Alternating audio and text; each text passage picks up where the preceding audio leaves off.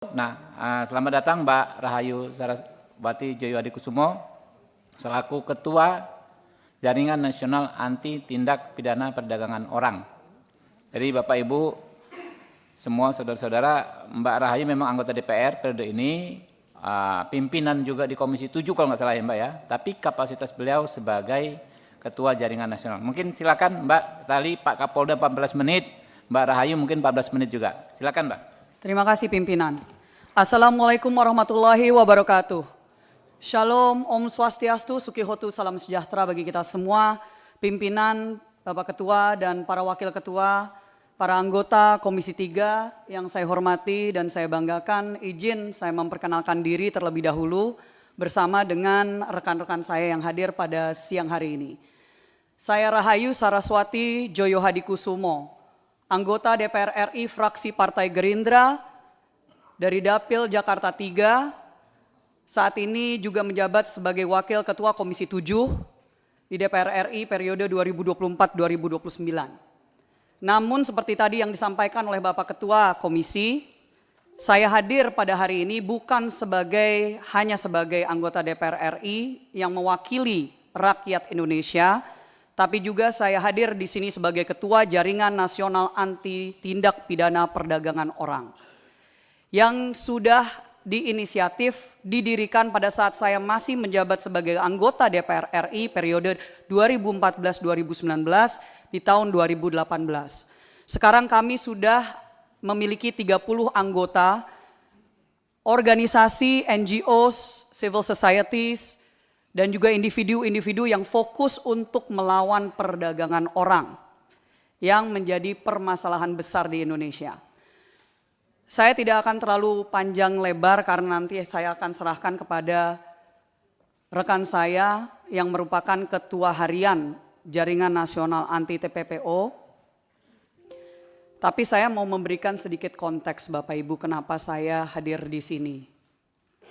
Dan kenapa urusan Saudara Rudy Soik ini menjadi sesuatu yang saya secara pribadi angkat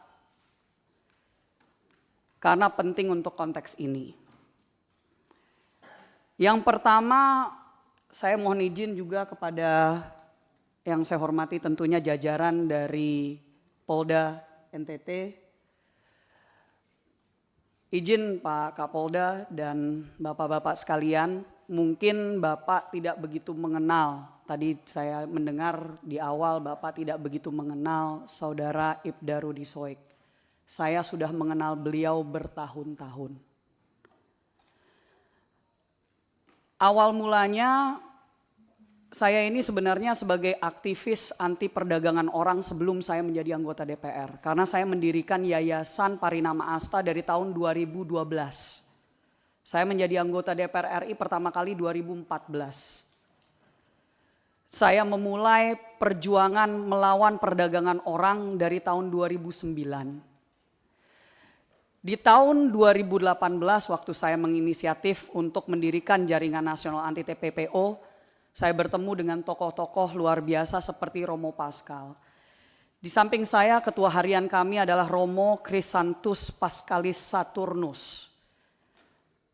Tahun lalu beliau yang saya yakin di Komisi 3 yang adalah incumbent petahana sudah sangat mengenal nama beliau. Karena beliau adalah tokoh anti perdagangan orang yang waktu itu juga harus berhadapan dengan oknum dan sindikat. Dan beliau juga mendapatkan fitnah yang sangat luar biasa dan akhirnya didengar oleh waktu itu Menko Polhukam saat itu. Jadi Bapak Ibu sekalian, kami hadir di sini juga bersama dengan yang bersangkutan langsung selain dari Romo Pascal ada Ibda Rudy Soik yang duduk di sebelah kanan bersama dengan istri beliau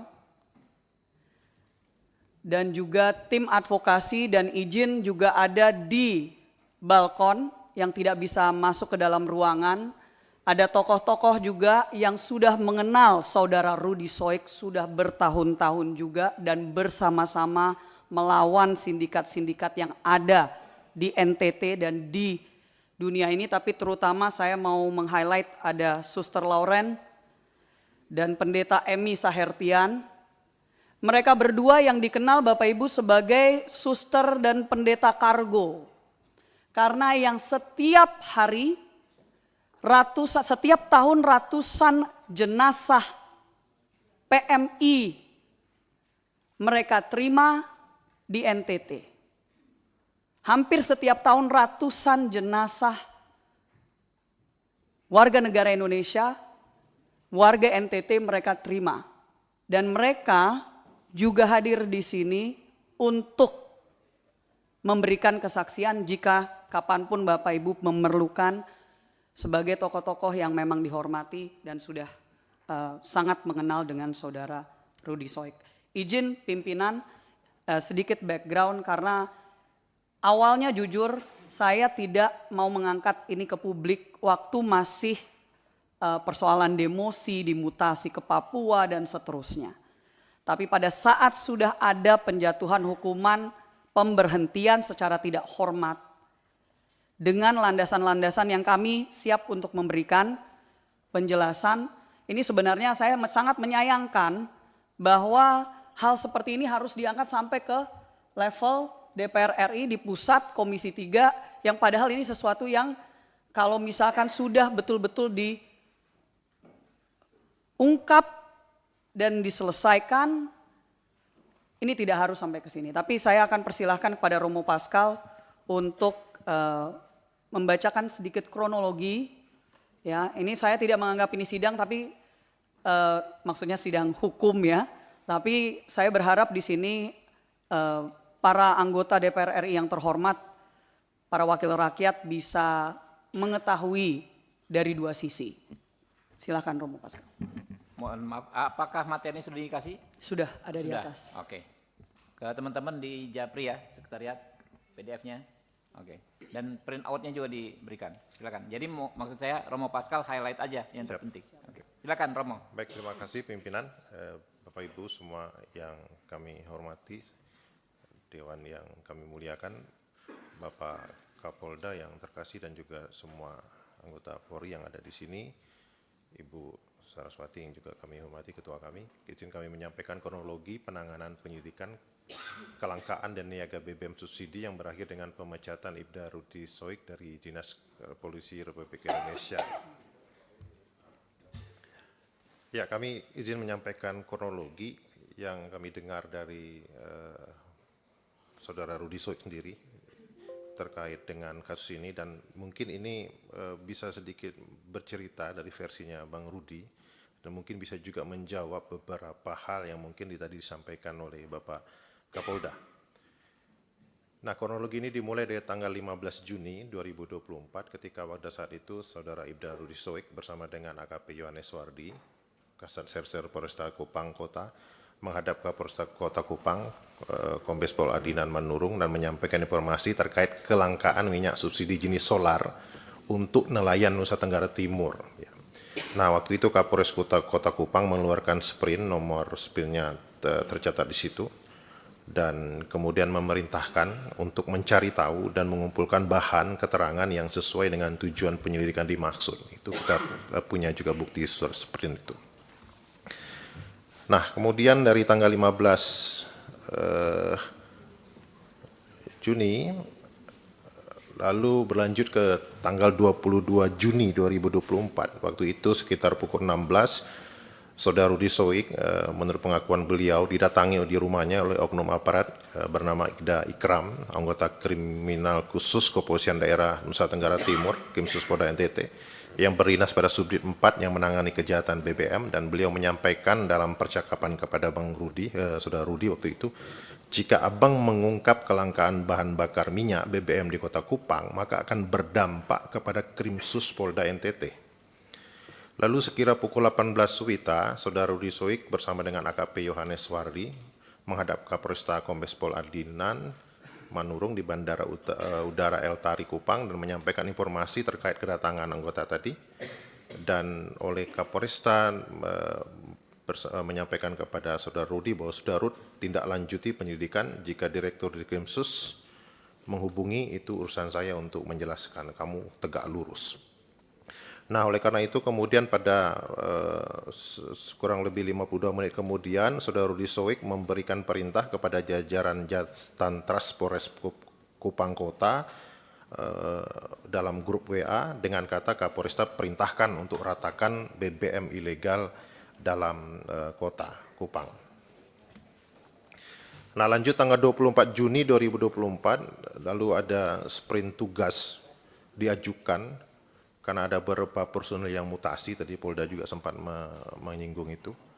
Lalu sekitar jam 21.22 WITA, Saudara Rudi Soik memberikan perintah lewat WA grup Jatantras. Ini ada semua screenshotnya, semua kita siapkan, yang mana dalam surat menegaskan bahwa nama-nama dalam surat perintah tugas itu untuk esok bergerak dengan Saudara Rudi Soik untuk menyikat semua minyak ilegal dimanapun harus ditangkap, siapapun mafianya ditangkap, kurang lebih seperti itu. Lalu 25 Juni 2024, sekira pukul 9 pagi, 3 anggota Reskrim Polres Kota Kupang, Saudara Ibnu, Ramli, Johannes Busa menghadap dan melaporkan kepada Saudara Ibda Rudi Soik bahwa residivis BBM bernama Ahmad Ansar sudah mulai main minyak dengan modus menggunakan barcode nelayan. Nah, sekira pukul 12.40 WITA, Saudara Ibda Rudi Soik memimpin 11 anggota untuk bergerak ke tempat penampungan minyak subsidi milik Ahmad Ansar di Kecamatan Alak, Kota Kupang. Tetapi dalam perjalanan, Saudara Ibda Rudi Soik mendapat informasi bahwa Ahmad Ansar sudah menyetorkan uang koordinasi kepada oknum anggota Reskrim Polresta Kupang Kota sejumlah 4 juta rupiah. Dan karena itu, Saudara Rudi Soik meminta anggota untuk menepi di sebuah restoran terdekat dengan Polda NTT, yaitu Restoran MP, Masterpiece, dengan maksud untuk melakukan konfirmasi kepada Kasat Serse AKP Yohanes Suwardi, apakah beliau mendapatkan uang koordinasi dari Ahmad Ansar atau tidak. Saat itu, Saudara Rudi Soik menghubungi Kasat Reserse dan menanyakan terkait informasi setoran uang 4 juta tersebut, dan Kasat Reserse AKP Yohanes Suwardi menjelaskan kepada Saudara Ibda Rudi Soik tidak ada uang itu, dan mengatakan kepada Saudara Ibda Rudi Soik, nanti tunggu di situ, kita makan siang bersama anggota baru bahas sekalian soal ini. Nah, saat menunggu itu, Aibtu Ibnu Sanda menyampaikan kepada Saudara Ibda Rudi Soik, Komandan tunggu Pak Kasat di sini saja biar saya pimpin anggota ke tempat penampungan minyak milik Ahmad. Dan saat itu Rudi Soik menjawab, ya, sudah pimpin anggota saya standby di sini menunggu Kasat. Nanti kembali dari tempat Ahmad baru kita makan di sini. Lanjut, setelah anggota bergerak ke tempatnya Ahmad Ansar, Saudara Ibda Rudi Soik berjalan masuk ke ruangan tunggu restoran Masterpiece. Dan karena menunggu cukup lama, Kasat datang dan anggota kembali dari lokasi penampungan milik Ahmad Ansar. Agak lama, maka Saudara Rudi Soik membuka HP dan melihat story di WA yang di situ Saudara Ibda Rudi Soik melihat HP junior beliau aktif yang disebutkan tadi. Lalu beliau coba menghubungi 2 orang junior Polwan yang bertugas di Polda NTT dan menyampaikan kakak ada makan di restoran Masterpiece. Kalau mau gabung nanti silakan merapat. Lalu kedua Polwan menjawab, oke kakak kami merapat, tapi kami tidak bisa lama karena mau antar anak les dengan waktu yang bersamaan. Lalu Kasat Reserse mereka masuk sama-sama ke restoran itu dan masuk ke ruangan VIP dan mencicipi makanan yang dihidangkan di meja karaoke siang-siang hari ini. Pada saat makan, 11 anggota Reskrim Polres Kupang yang telah kembali dari tempat Ahmad Ansar dicegat untuk tidak boleh masuk bersama Saudara Ibda Rudi Soik dan oknum anggota Propam Polda NTT Aibtu Untung Pato Pelohi, teman baiknya Ansar Ahmad. Nanti di berikutnya kami akan jelaskan juga dari mana dia teman baik, yang tiba-tiba ada di restoran. Selanjutnya anggota Propam Polda NTT lainnya yang ada di parkiran masuk ke ruangan VIP bertemu Saudara Ibda Rudi Soik dan bertanya, lagi buat apa Rud? Saudara Ibda Rudi Soik menjawab, kami lagi makan. Selanjutnya beliau keluar dan melihat anggota beliau tetap berada di parkiran, bertanya kepada mereka, kenapa tidak masuk? Lalu mereka menjawab bahwa mereka dilarang oleh oknum Paminal atas nama Aibtu Untung Pato Pelohi atas kejadian itu. Lalu Saudara Ibda Rudi Soik melaporkan kepada Kapolresta Kupang, dan Kapolresta Kota Kupang menyampaikan kepada Saudara Rudi Soik ada musuh dalam selimut. Ada screenshot WA-nya. Dan kemudian saudara Rudi Soik bertanya kepada saudara Aibtu Untung Patopelehi, kenapa melarang anggota saya masuk dalam ruangan, dan kemudian dijawab beta pas masuk di parkiran anggota semua ada di situ, jadi beta bilang balisu. 26 Juni 2024, saudara Ibda Rudi Soik melakukan pengecekan terkait perizinan penampungan minyak milik Ansar Ahmad pada salah satu oknum dinas perikanan pada saat itu, dan Ibda Rudi Soik mendapatkan informasi terkait nama Lau Aguan, seorang pengusaha kelahiran Cilacap yang memiliki lebih dari 6 kapal penangkap ikan yang diberikan rekomendasi oleh Dinas Perikanan dan Kelautan Provinsi NTT sebagai pengguna minyak subsidi jenis solar. Lalu kemudian saudara Ibda Rudi Soik mencoba mencari informasi mengenai cara menggunakan barcode pada BBM subsidi, dan beliau peroleh adalah pada saat pengisian BBM subsidi semua orang wajib memiliki barcode atas nama sendiri, apalagi pengisian BBM yang kapasitasnya besar. Jadi Ahmad Ansar ini tidak memiliki barcode. Selanjutnya dalam proses penyelidikan, saudara Ibda Rudi Soik juga mendapatkan informasi bahwa ada anggotanya melakukan pengawalan pembelian minyak subsidi oleh saudara Ahmad Ansar. Sejak tanggal 15 Juni 2024, oknum anggota tersebut yang merupakan anggota Polres Kota Kupang yang juga merupakan booster atas nama Muhammad Kalumba telah menerima setoran dari Ahmad 4 juta rupiah yang kemudian terkonfirmasi melalui pengakuan Bribka Muhammad Kalumba kepada saudara Ibda Rudi Soik bahwa yang dia terima adalah uang sebesar 3.800.000 rupiah. 27 Juni, saudara Ibda Rudi Soik bersama anggota Jasantra Polres Kota Kupang melanjutkan penyelidikan yang mendatangi rumah Ahmad Ansar.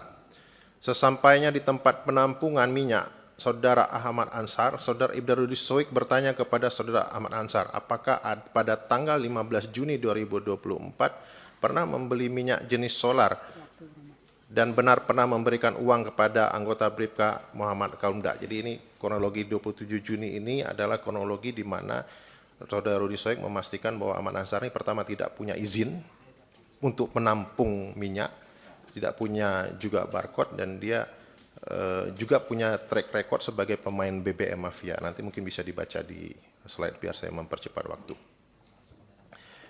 Ya,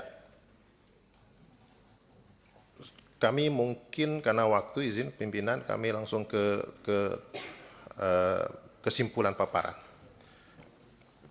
Pertama, kami ngerasa teman-teman jaringan Jarnas dan juga teman-teman di NTT melihat adanya skenario kriminalisasi terhadap Ibda Rudi Soik secara terstruktur, masif, dan sistematis oleh oknum polisi yang mengatasnamakan Polda NTT untuk menghentikan langkahnya dalam mengungkap kejahatan penyeludupan BBM bersubsidi yang diperuntukkan bagi rakyat kecil. Yang kedua, menurut kami adanya perampasan hak ekonomi kerakyatan, hak atas BBM subsidi, yang sangat dapat berdampak pada masalah-masalah sosial lainnya, tindak pidana perdagangan orang yang disebut oleh pimpinan kami tadi, kemiskinan yang meningkat di mana-mana, dan ada indikasi keterlibatan oknum aparat kepolisian di situ. Yang ketiga, kami merasa negara absen dalam menjamin kesejahteraan dan keamanan bagi rakyat dengan adanya pembiaran kasus mafia BBM bersubsidi berulang di NTT. Dan yang keempat, peradilan etik terhadap Ibda Rudi Soik SH dan putusan PTDH yang prematur merupakan skenario kriminalisasi melalui mekanisme peradilan etik yang terkategori tidak adil serta menutup jalannya upaya pemberantasan mafia BBM yang marak di Kota Kupang. Ya, mafia BBM-nya kok nggak dikejar-kejar gitu ya, tapi kok Rudi Soiknya yang dicari-cari. Dari cara dan pelakuan Polda NTT terhadap Ibda Rudi Soik SH telah mengancam human security keluarganya, ya, ini memata-matai lokasi pemukiman dengan menggunakan drone, penjemputan paksa di rumah pribadi yang menimbulkan trauma pada anaknya, pada istrinya yang juga dicegat di tengah jalan, orang tua, mertua intimidasi secara sengaja terhadap istri oleh pejabat Polda NTT dengan cara membututi, menghentikan, dan memeriksa dokumen berkendara secara paksa dengan tanpa menunjukkan dasar aktivitas tersebut. Ada bukti video yang kita sudah lihat juga mungkin. Perlakuan ini merupakan pelanggaran HAM terhadap perempuan dan anak yang terkategorikan sebagai kelompok rentan. Karena itu kami mendesak agar Polda NTT dibersihkan dari aparat yang terindikasi terlibat atau melindungi serta bekerja sama dengan para penimbun atau mafia BBM bersubsidi, yaitu menonaktifkan beberapa pejabat tinggi di lingkup Polda NTT, Kapolda, Dikrimsus, Kabid Propam, dan Kabid Humas yang dengan gegabah telah mengalihkan upaya pemberantasan mafia BBM ke dramatisasi kasus Rudi Soik. Yang berikut membatalkan putusan Komisi Kode Etik Polda NTT. Dan yang terakhir untuk melanjutkan proses penyelidikan dengan dugaan mafia BBM di Kota Kupang, maka terhadap Ibda Rudi Soek SH dan seluruh tim, semua anggotanya yang 11 orang itu, yang dimutasi akibat dari disangkut pautkan dengan kasus polis lain, dipulihkan nama baiknya dan dikembalikan pada posisi semula. Terakhir pimpinan, saya menyayangkan sebagai anggota DPR RI bahwa membutuhkan untuk kita mengangkat satu kasus terhadap satu orang polisi yang kami kenal sudah sangat memperjuangkan nasib masyarakat kecil dan orang banyak, termasuk juga kasus-kasus perdagangan orang yang beliau ikut untuk ungkap di NTT. Saya juga ingin meng-highlight bahwa di sini kami kembali lagi, mari kita fokus bahwa utamanya yang harus dikejar adalah mafia. Adalah mafia BBM, adalah mafia TPPO. Sangat disayangkan kalau misalkan ada polisi yang memang lurus, bersih, sampai sedemikian hanya untuk bisa melawan hal-hal tersebut. Saya terakhir juga, pimpinan mungkin ingat, karena kami sudah seringkali membicarakan tentang kasus Wilfrieda Soek yang Presiden Prabowo Subianto waktu itu ikut menyelamatkan dari Malaysia. Kenapa Rudi Soek ini sangat peduli tentang persoalan seperti perdagangan orang, nama belakangnya sama, mereka masih saudara pimpinan. Jadi itulah kenapa kami akhirnya waktu dulu itu bisa bertemu, dan itu kenapa kami mengenal beliau baik dan mohon untuk ini bisa dikembalikan ke jalurnya, yaitu mari kita fokus untuk memberantas mafia BBM. Karena justru ini diangkat, saya mendapatkan laporan tadi pagi dari NTT, dari masyarakat di sana, rupanya sejak kasus ini diangkat tiba-tiba BBM-nya jadi lancar.